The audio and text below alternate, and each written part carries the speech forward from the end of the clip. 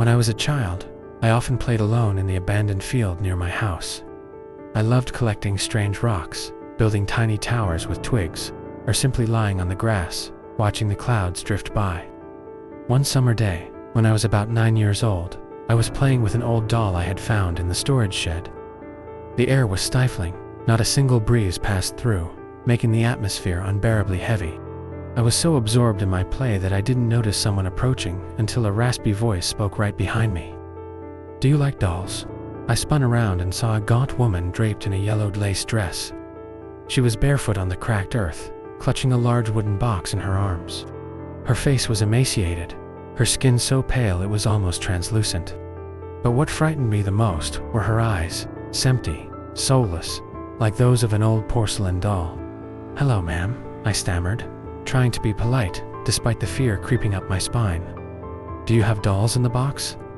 The woman smiled, a crooked grin stretching across her face, as if her muscles weren't accustomed to such an expression.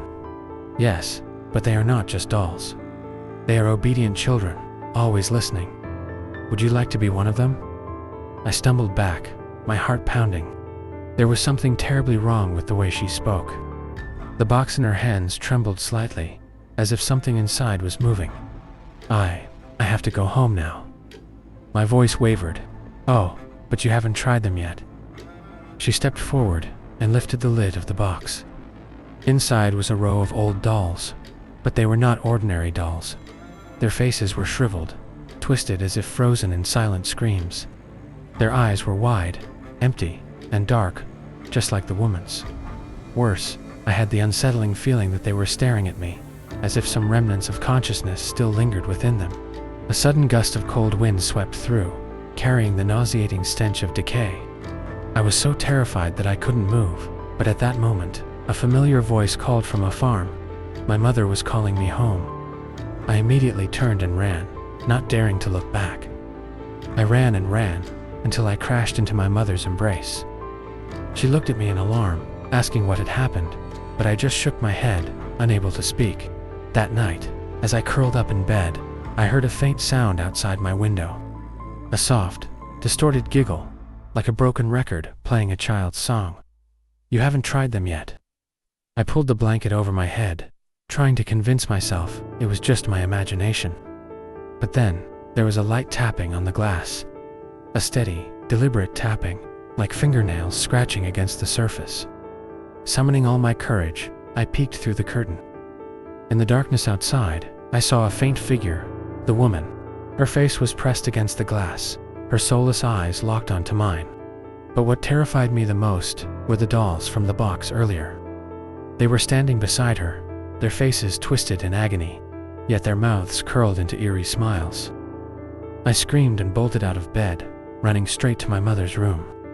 She turned on the lights and held me tightly as I trembled, recounting everything. She rushed to check the window, but outside, there was nothing, just the empty field. I couldn't sleep at all that night, but the horror was far from over. The next morning, when my mother came to wake me, she let out a strangled scream. On my desk, there was a new doll that looked exactly like me. My mother, horrified, immediately took the doll to the backyard and burned it. I thought that was the end of it, but it wasn't. The next day, when she opened my bedroom door, she gasped in horror.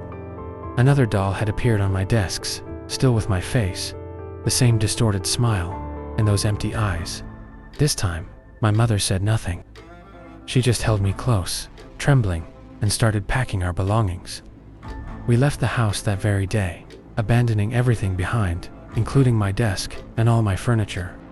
But when we arrived at our new home and opened the bedroom door, a doll was already there, sitting neatly on the desk. It still had my face, and this time, it was smiling wider than ever. The nightmare finally came true.